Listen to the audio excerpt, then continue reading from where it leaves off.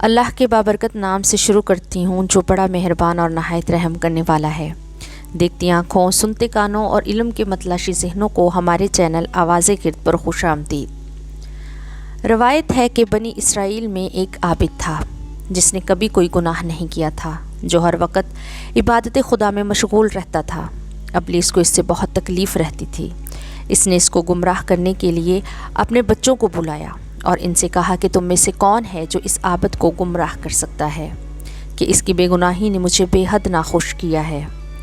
ان میں سے ایک نے کہا کہ میں اسے عورتوں کے حوالے سے گمراہ کروں گا۔ ابلیس نے کہا یہ حربہ بیکار ہے کیونکہ وہ عورتوں کے فریب میں نہیں آتا۔ ایک نے کہا کہ میں اسے نشہ آور مشروبات سے گمراہ کروں گا۔ ابلیس نے کہا اس کا کوئی فائدہ نہیں ہے کیونکہ وہ دنیاوی لذتوں کو اہمیت نہیں دیتا۔ ایک نے کہا کہ میں اس کو گمراہ کر سکتا ہوں۔ ابلیس نے کہا کیسے؟ اس نے کہا کہ عبادت کے ذریعے۔ ابلیس نے کہا کہ تمہاری تجویز بہت اچھی ہے، اس پر عمل کرو۔ وہ شیطان انسانی شکل میں اس عابد کے عبادت خانے میں گیا اور عبادت میں جت گیا۔ وہ شب و روز بغیر وقفے کے عبادت کرتا رہا۔ عابد نے تعجب کرتے ہوئے اپنے آپ سے کہا یہ نیا آنے والا عابد کس قدر عبادت کی توفیقات سے سرشار ہے۔ اس نے شیطان سے سوال کیا۔ شیطان نے اس کی طرف توجہ ہی نہیں کی اور عبادت میں مصروف رہا۔ بات یہاں تک پہنچی کہ اس عابد نے کئی بار سوال کیا، اس ابلیس نے کوئی جواب نہیں دیا۔ اس عابد نے شیطان سے پوچھا اے بندہ خدا، وہ کون سا عامل ہے جس کی وجہ سے تم اس قدر عبادت پر موفق ہو؟ آخرکار اس ابلیس نے جواب دیا کہ مجھ سے ایک ایسا گناہ سرزد ہوا ہے کہ جب بھی مجھے وہ یاد آتا ہے تو اس کے خوف سے میرے اندر عبادت کا زیادہ شوق پیدا ہو جاتا ہے۔ اس عابد نے کہا وہ کون سا گناہ تھا؟ مجھے بھی بتاؤ تاکہ میں بھی انجام دوں اور زیادہ عبادت کرنے کی توفیق حاصل کروں۔ شیطان نے کہا کہ یہ 2 درہم لے جاؤ اور فلاں علاقے میں فلاں عورت کے پاس جاؤ، اس کے ساتھ زنا کر کے واپس لوٹ آؤ۔ وہ جاہل عابد شہر گیا اور لوگوں سے اس فحشہ کا پتہ پوچھا اور اس عورت کے گھر روانہ ہو گیا۔ جب یہ عابد اس بد کردار عورت کے گھر پہنچا تو اجازت لے کر گھر میں داخل ہوا۔ اس عورت نے جب اس عابد کی وضاقتہ دیکھی تو اس سے کہا اس مقام پر آنا تمہاری شان کے شایان نہیں ہے، تم یہاں پر کس لیے آئے ہو؟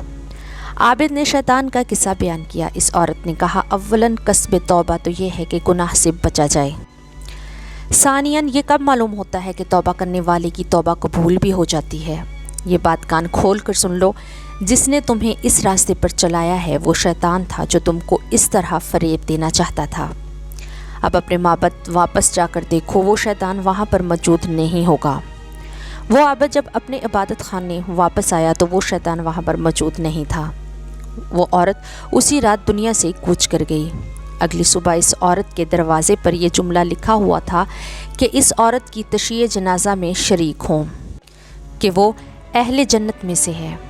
اس واقعے کو 3 دن گزرنے کے بعد اللہ رب العزت نے حضرت موسیٰ علیہ السلام پر وحی نازل کی، اس عورت کے جنازے میں شامل ہوں اور اس کے نماز جنازہ پڑھیں اور لوگوں کو شامل ہونے کا حکم دیں، کیونکہ میں نے اسے بخش دیا ہے اور اس پر بہشت کو واجب کر دیا ہے، کیونکہ اس نے میرے فلاں عابد کو گناہ کرنے سے بچایا ہے۔